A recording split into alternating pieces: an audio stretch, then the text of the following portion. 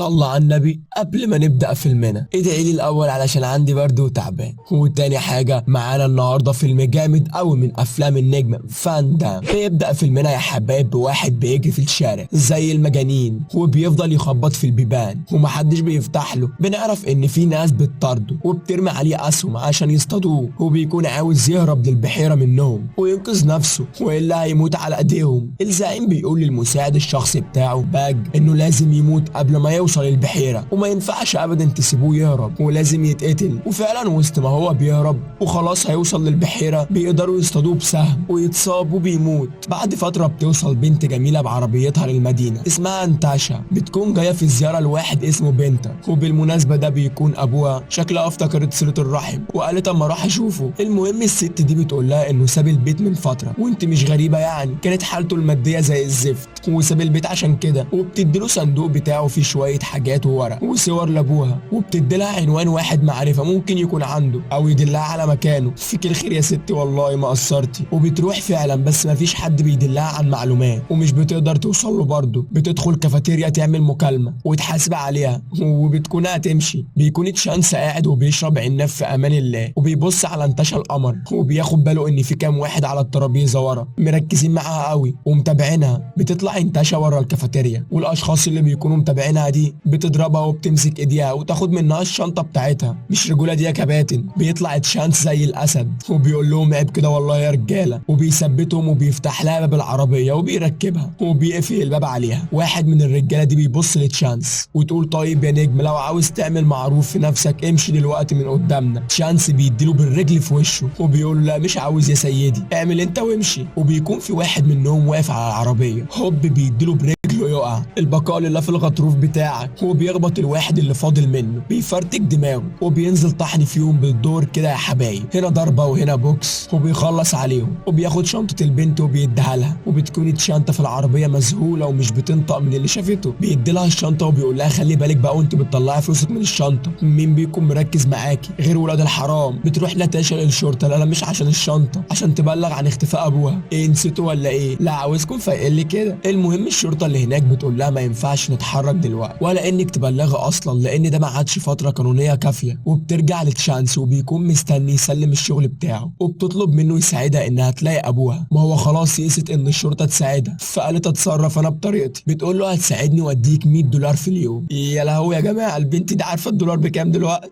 شانس بيقول لها والله يا ابله اتاخرت مش هينفع عشان خلاص مستني الشغل وهسلمه دلوقتي. نتاشا بتتضايق وبتمشي. بيروح تشانس الموزع العمى هو بيرفض يسلمه السفينه علشان عليه فلوس ولازم يدفع الدين اللي عليه الاول، البدل والفخامه دي، وفي الاخر بتطلع مديون. المظاهر خدعه فعلا. بيرجع لنتاشا تاني وبتكون لسه قاعده في العربيه. بيقول لها هتواضع وهساعدك وخلاص بس ب 217. بتضحك تناشا وتقول له موافقه وبيمشوا سوا بالعربيه وبيبداوا رحلتهم للبحث عن ابوها. وبيقول لها تشانس هنروح مكان كده بيساعدوا فيه المتشردين، ما اقصدش يعني يكون الوالد راح بالغلط ولا حاجه. وبيروح وبيسال تشانس واحد معروف هناك وبيقول لنتاشا ان لقيت شنطه تخصه وبيديها لها. مش بتصدق نتاشا ان الحال اتدهور مع ابوها للدرجه دي وبقى مشرب بجد وبتحزن عليه قوي. بيروح الواحد بيشتغل في الاعلانات لقيوا الاعلانات بتاعته في شنطه ابوها. بيروح نتاشا وتشانس للراجل ده بس مش بيكون سالك معاهم وتشانس بيأدبه عشان يتكلم. في نفس الوقت بيدخل عليهم البيك وبيبص عليهم بنظرات غريبه كده. وتشانس بيسيب الراجل ويقول له طيب تمام شكرا هنستأذن احنا. نتاشا بتكون مش فاهمه ازاي يعني ننزل ونسيبه، ده شكله مخبي حاجه. تشانس بيشد ايديها وبيقول لها خليكي ذكيه هنجيله تاني، بلاش نعمل مجهود على الفاضي، نقدر نستغل الوقت ده والمجهود ده في حاجات تاني. وهما في طريقهم بالعربيه نتاشا بتلاقي مفتش مستنيهم وبيقول لنتاشا للاسف لقينا جثه ابوك محروقه بسبب انفجار. بتروح نتاشا الاسم والشرطه اللي قابلتها قبل كده بتتاسف لها انهم ما قدروش يساعدوها وبتديها صور لمكان الحادث. في نص الليل البيك بيروح لموزع الشغل البيت وهو نايم بيديه ضرب على بطنه كده وهو يا عيني في سابع نومه وبيخنقه بايده كده. وبيكون معاه الرئيس بتاعه وبيثبته وبيطلع السكينه وبيقطع حته من ودنه وبيقول له دي قرصه ودن عشان تسمع الكلام تاني كويس. غلطه الراجل ده ان هو بعت لهم من الشغل واحد غير المواصفات اللي طالبينها. هما بيختاروا بس اللي مقطوع من شجره وملوش اهل تدور عليه، وده ظهر له اهل تدور عليه وتعمل لهم دوشه وتلفت الانظار ليهم. بتفضل نتاشا تندم وتبكي انها فضلت 20 سنه ما تسالش عن ابوها. 20 سنه يا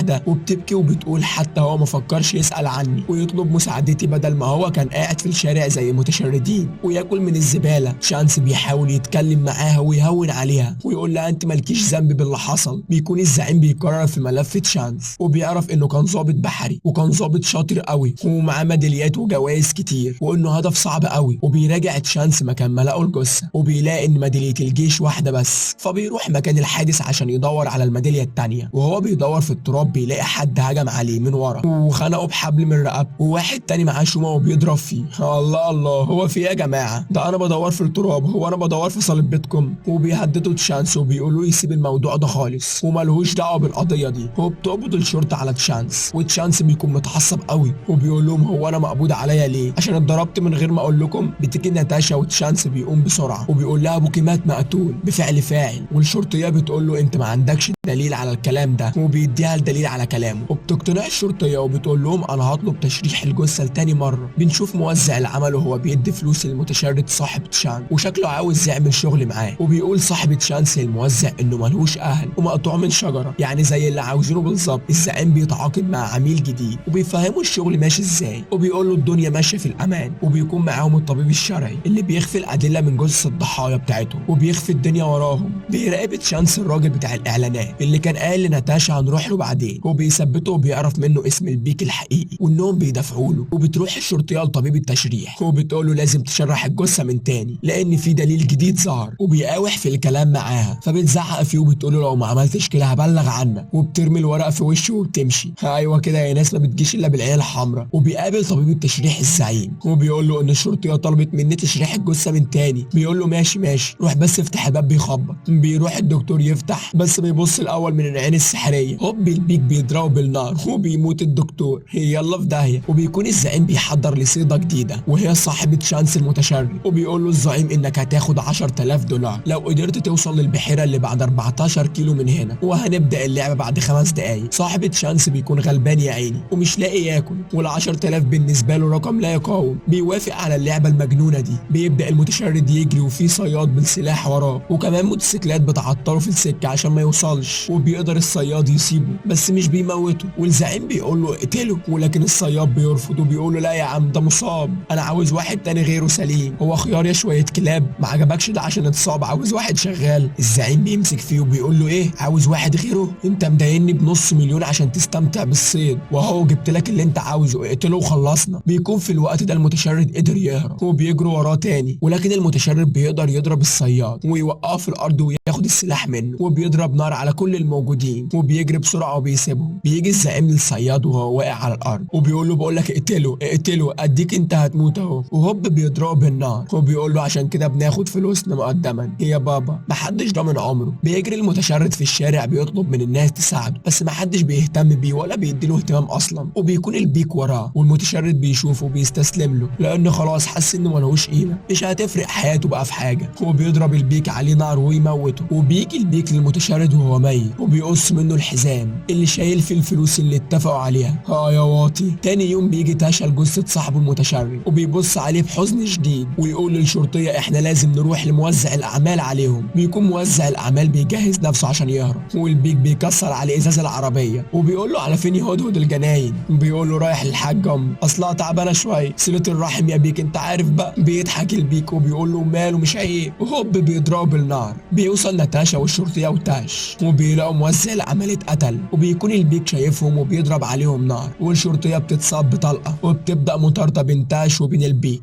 وبتيجي عربيه بسرعه رهيبه وبتضرب نار على الشرطيه وبيقدر تاش ياخد منها السلاح وبينط البيك في العربيه دي ويهرب والشرطيه بتموت للاسف. وتاش بيجري وراهم بالعربيه وبيضرب عليهم نار. وبيجي واحد تاني بموتوسيكل بيكون عاوز يموت تاش بس على مين؟ تاش بيقتله. وبيكون في واحد تاني جاي بموتوسيكل وراه. تاش بيضربه بالرجل يوقعه من مكانه وياخد الموتوسيكل بتاعه وياخد ناتاشا ويهربوا بس برضه بيكونوا وراهم وبيضربوا عليهم نار. تاش بيخلي ناتاشا تمسك الموتوسيكل، هي تسوق وهو يقف على الموتوسيكل ويضرب عليهم نار. حريف قوي تاش وبيضرب عليهم نار لحد ما بيحصل انفجار، بس بيعدي تاش وسط النار ولا يهمه ومفكر نفسه هيما، بس ابن الجنيه عملها. وبيقف عند الكوبري لان بيحس ان الموتوسيكل بتاعه بينزل بنزين، وبينزل ناتاشا وبياخد هو الموتوسيكل وبيرجع لهم ويضرب عليهم نار، ويقف على الموتوسيكل ويسيبه ويخبط فيهم ويهرب هو، وبيضرب نار على العربيه والموتوسيكل وبيحصل انفجار. وبيجي الزعيم وبيشوف تاش وهو بيهرب وبيطارده وبيضرب عليه نار. تاش بيمسك ايد ناتاشا وبينطوا لتحت على القطر وهو بيمشي. ايه ده يا اخي، ده انتوا غلبتوا الهندي اللي في القناه التانيه، نروح شوفوها. وبيقدروا يهربوا ومش بيقدر الزعيم يضرب عليهم نار. الزعيم بيقول للبيك شكلنا كده عندنا صيده اخيره. بيجمع مجموعه من القتله المأجوره وبيقول لهم الزعيم ان الهدف المره دي صعب قوي، بس المكافاه هتكون 750 الف دولار. يطلعوا كام مصري دول يا حبايب؟ اصبروا احسبهم. حسبتهم يا حبايب وطلعوا ب 18 مليون جنيه. اياه. وبيكون تاش وناتاشا بيحاولوا يهربوا من طريق في الغابه، وناتاشا بتكون بتتكلم مع تاش. بيقول لها غمضي عيني يا تاش، هتطلعها خاتم الخطوبه دلوقتي؟ ما حبكتش يعني؟ لا ظلمناه. بيسحب تاش تعبان من على رقبه ناتاشا وبيسيب التعبان ده في نص السكه للعصابه، وهم ونصيبهم بقى. بتيجي رجاله من العصابه والتعبان بيرحب بواحد منهم وبيلزق في وشه، وبيروح تاش لعمه صانع العصائر وبيقول له خلي ناتاش معاك،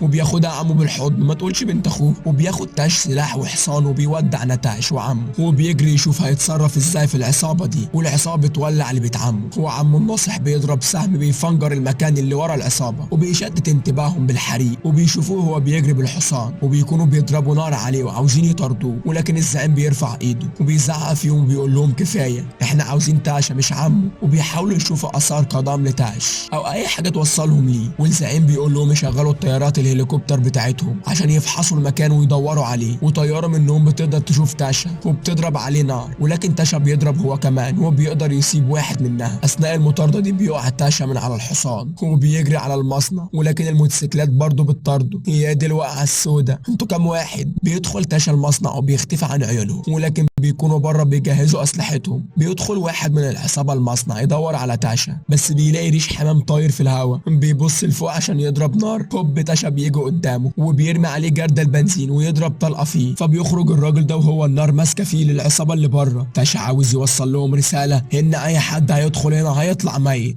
زعيم العصابه يقول لهم ان تاشا هدف صعب، ولكن الكتره تغلب الشجاعه. هو واحد واحنا 21، يعني هنغلبه. وبيدخلوا كلهم للمصنع وتاشا بيصطادهم زي العصافير واحد ورا التاني، وبيضرب نار على جرادل البنزين وبيتحرق منهم رجاله كتير جدا، وبتشتغل المدعكه وضرب النار. جهنم على الارض يا حبايب. والزعيم مصمم ان هو اللي يموت تاشا بايده. بيوصل ناتاشا وعم تاشا للمصنع وبيكون شايفين اللي بيحصل وبيدخلوا يتعاملوا بطريقتهم. عم تاشا بيتسلى بالاسهم بتاعته يصطاد له كام واحد كده، وفي واحد من العصابه يقف في وش ناتاشا بس بتصفيه حرفيا. جدع يا بت.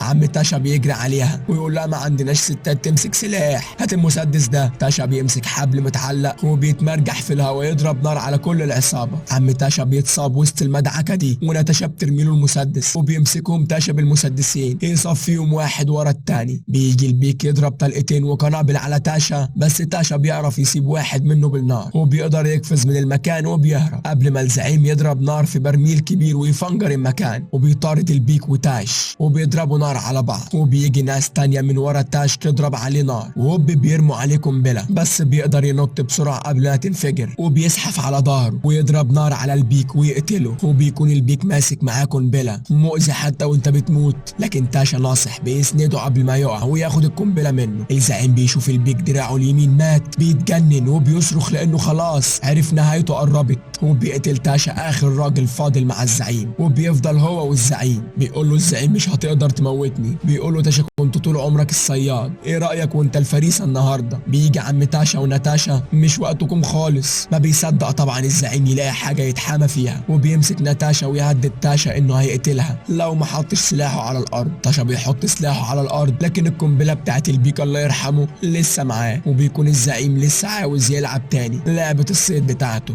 ده وقت لعبة يا فقري، وبيكون الزعيم متصاب بطلقة من تاشا ومش قادر يحرك ايده، وبيطلب من ناتاشا تحط الطلقة في المسدس وبتحطها فعلا، وبيرمي الزعيم ناتاشا لبعيد، بس تاشا بيجري عليه بسرعة قبل ما بيضرب عليه نار ويوقعه في الارض. الزعيم بيمسك خشبة في ايده فيها النار وبيضرب تاشا بيها. تاشا بيديله بالرجل في وشه ويمسك القنبلة يرميها في هدومه وبيقول له خلصنا بقى وموسم الصيد خلص، ويديه بالدماغ يطيره لبعيد. الزعيم بيطلع القنبلة ويضحك ويفكها ويفتكر ان خلاص كده مش هتنفجر، بس بتنفجر فيه برضه وبيتفتفت. يلا هو غار في داهية. بيروح تشانس وناتاشا ويشوفوا عمهم واللي بيكون لسه عايش، وبيخلص فيلمنا. اشوفكم على الف خير المرة الجاية. وهنا بيخلص فيلمنا. لو عجبك الفيلم ما تنساش تشترك وتفعل زر الجرس وتسيب لنا لايك وتعليق حلو زيك كده، ويا رب تدعي عشان ازور رايح في داهية.